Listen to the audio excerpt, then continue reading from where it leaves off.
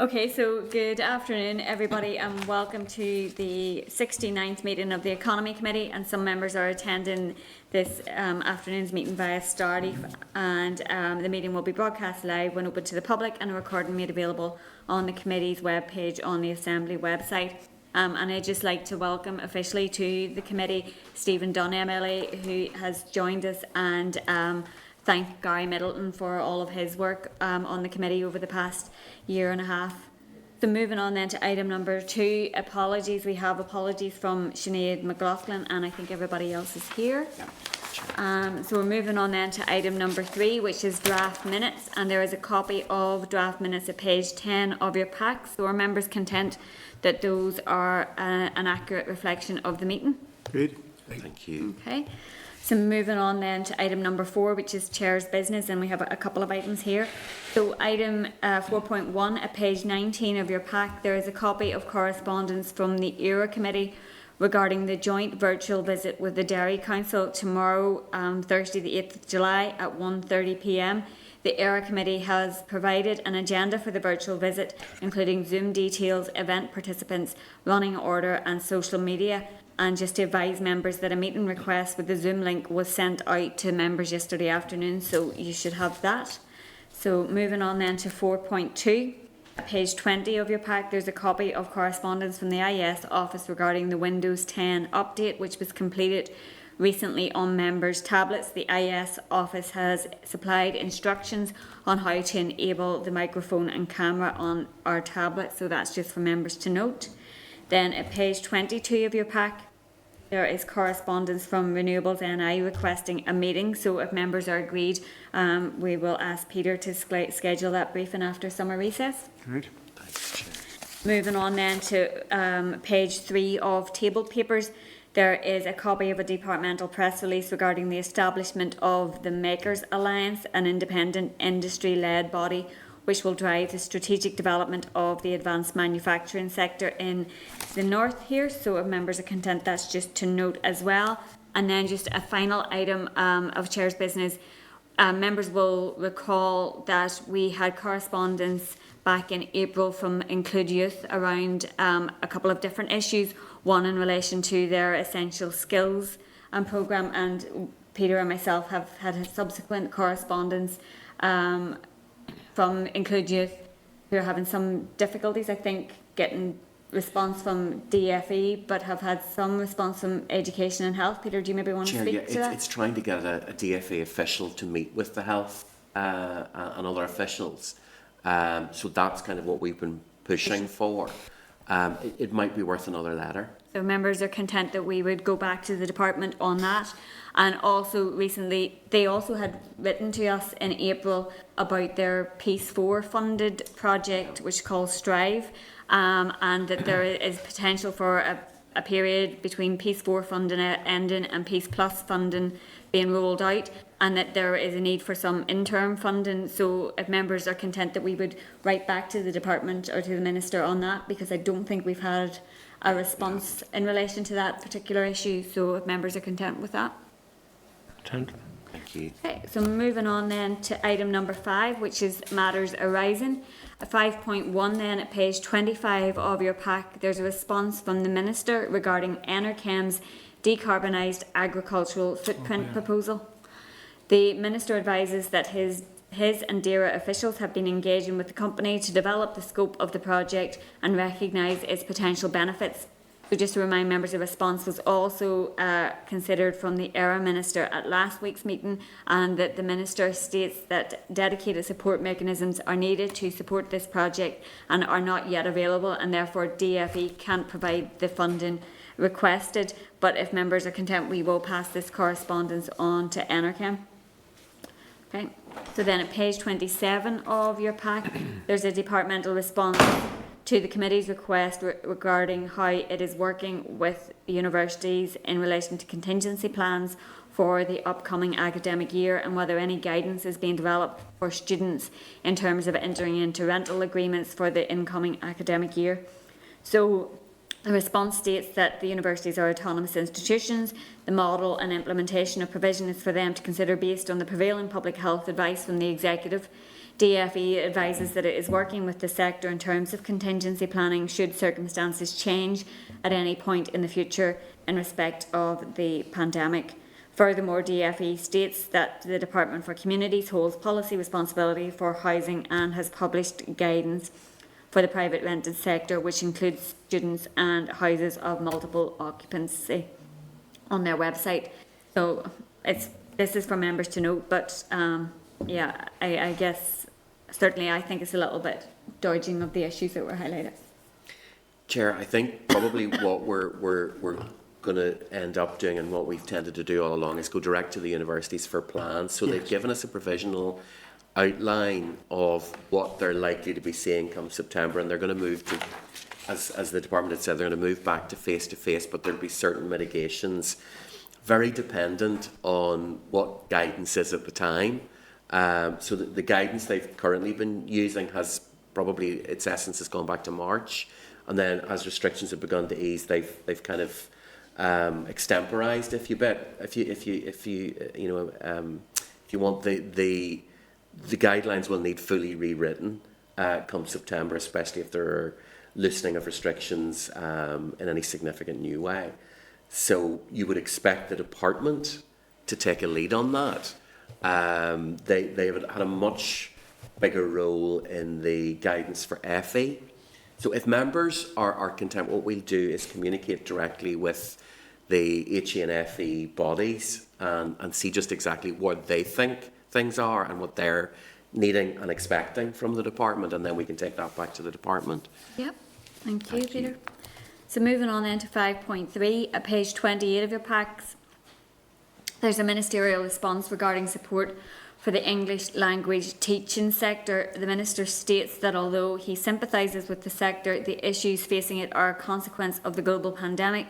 Support packages have been put in place to fill gaps in support funding, but unfortunately it was not possible to legislate for every scenario. And again, this is a bit of a disappointing response from the Minister. Members will recall that we met informally with the representatives of the ALT sector, and members were quite welcoming of the fact that they see significant potential in the sector and in the potential for the development of the sector.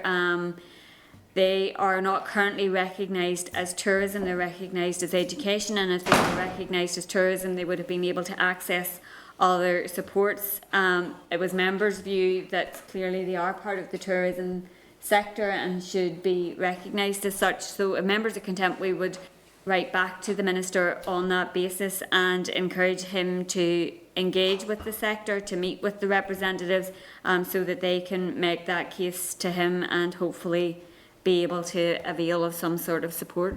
Great. Thank you. Thank you. So moving on to 5.4 then, at page 30, there's a reply from the Department for Communities in relation to the raised briefing paper on the High Street Task Force, which was forwarded by the Communities Committee.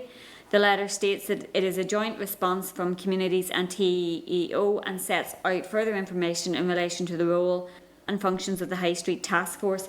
Also included is a table at page 36 answering a number of questions posed in the raised paper. So if members are content to note at this point, and I'm sure we'll bring it back in relation to our discussions on that. Then at page 80 of our packs, there's a response from TEO regarding the EU settlement scheme, advising that the Executive has supplemented the UK-wide public information campaign with a local campaign, and since March 2020 this has been expanded to cover TV, out-of-home and press advertising to help target those individuals who are harder to reach. Furthermore, officials have asked the Home Office about the possibility of an extension to the 30th of June deadline and continue to liaise with the Home Office to gain clarity on the position of those EEA citizens failing to secure status and measures to support them.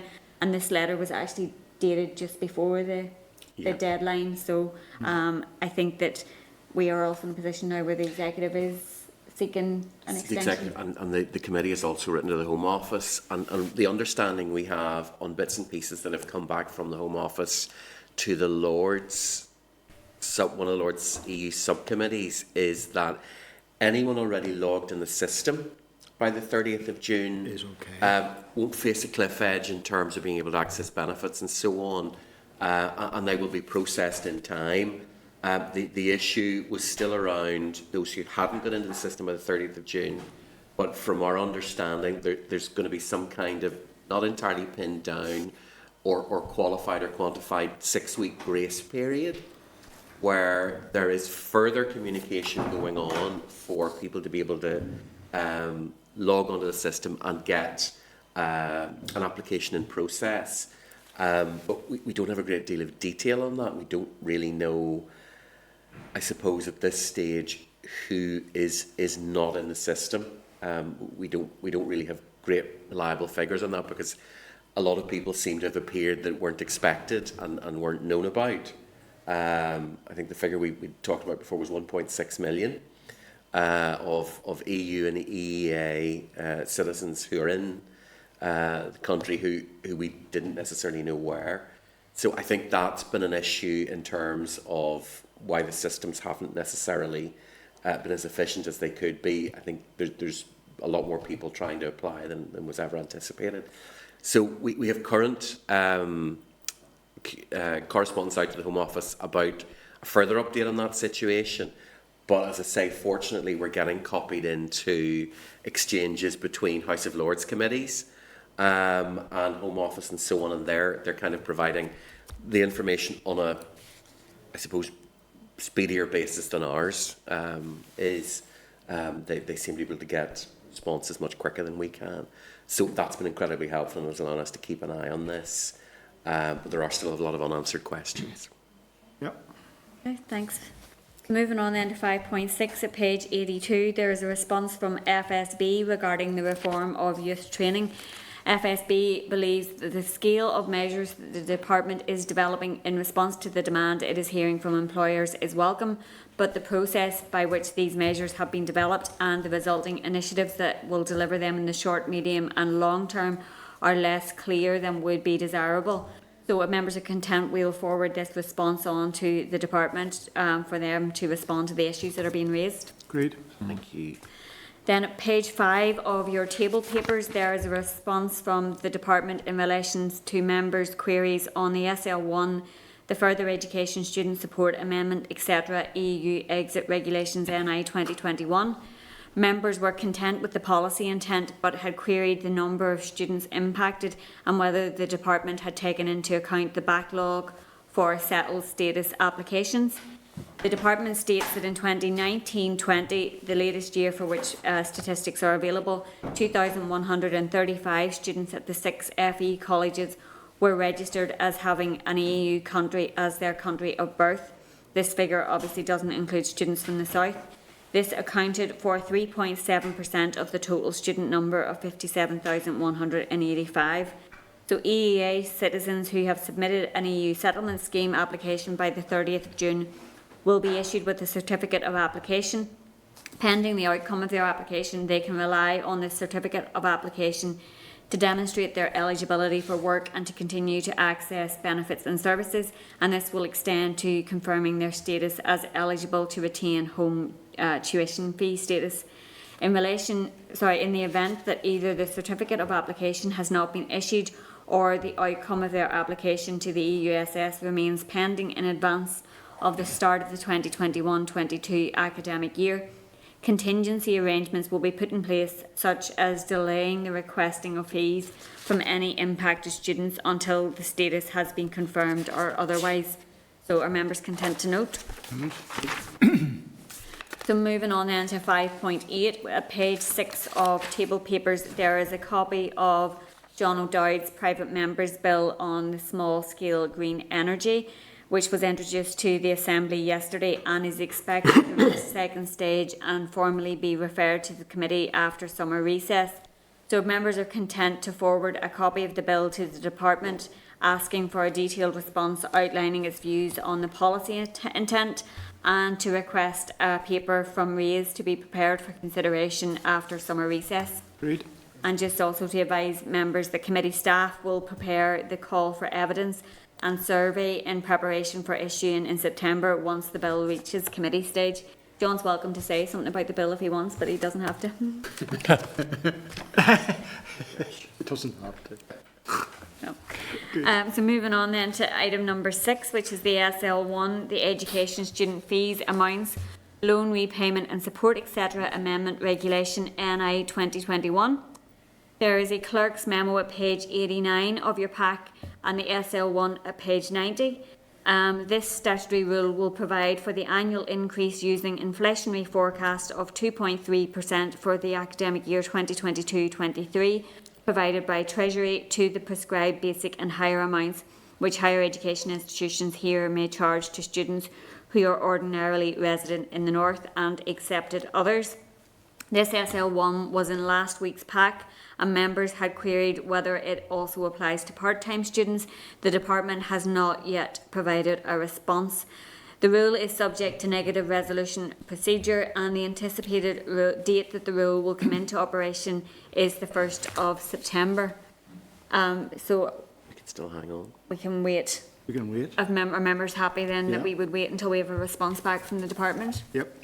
Okay, thank you. So then moving on to item number 7, the LCM Subsidy Control Bill. The bill itself is at page 91 of our pack. There is a supporting paper at page 198 and a copy of the Subsidy Control Regime Map at page 209.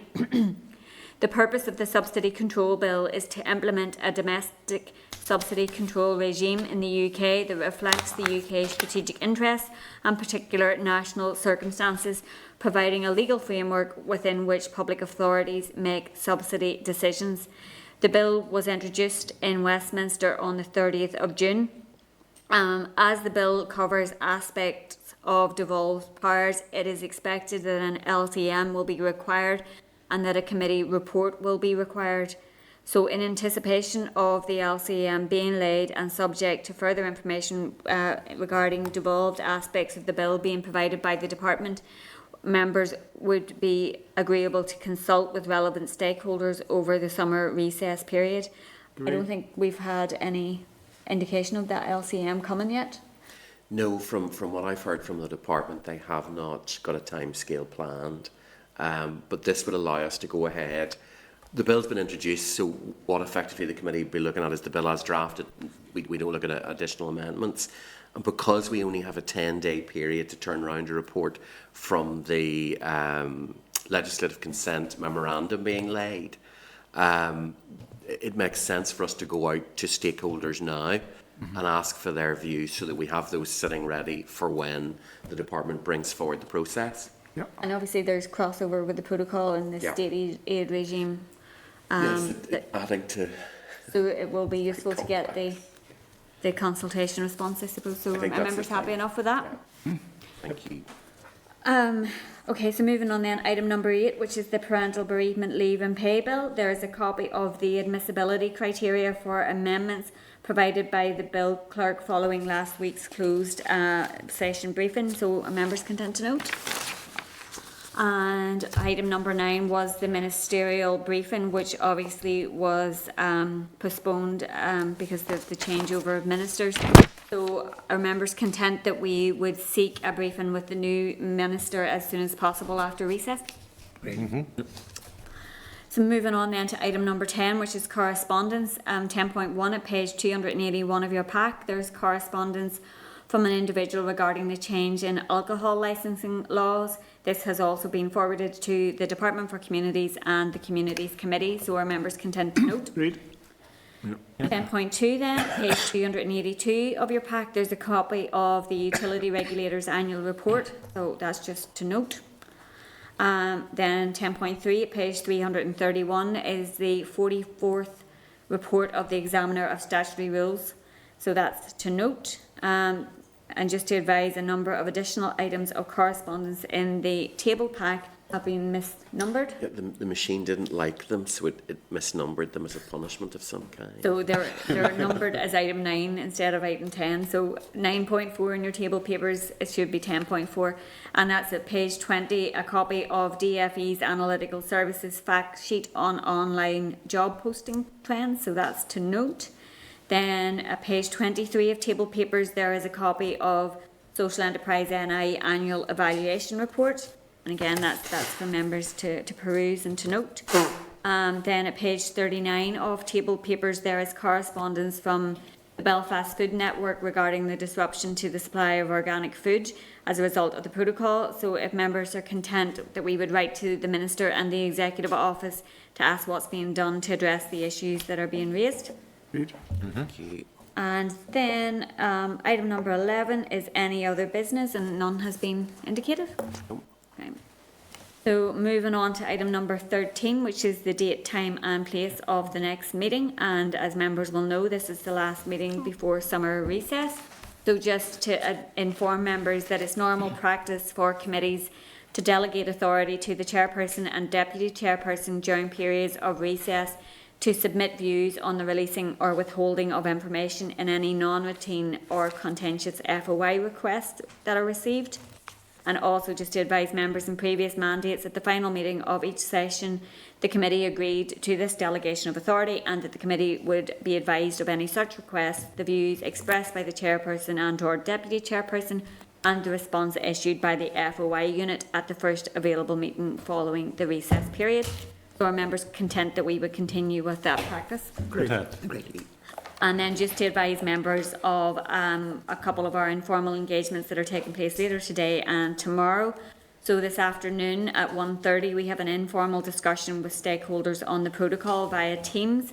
And then tomorrow we have an informal meeting with Invest NI and representatives of the aerospace industry at 10:30 a.m. via Teams. And then tomorrow afternoon is the virtual tour of the Dairy Council with the ERA committee at 1:30, and that's via Zoom. So that's us for the summer. Apologies for the meeting at 1:30 today. I have a meeting with the Communities Minister at 1:30 today. So just wish everybody a good summer break. You too. Thank you, Chair. Committee room 30.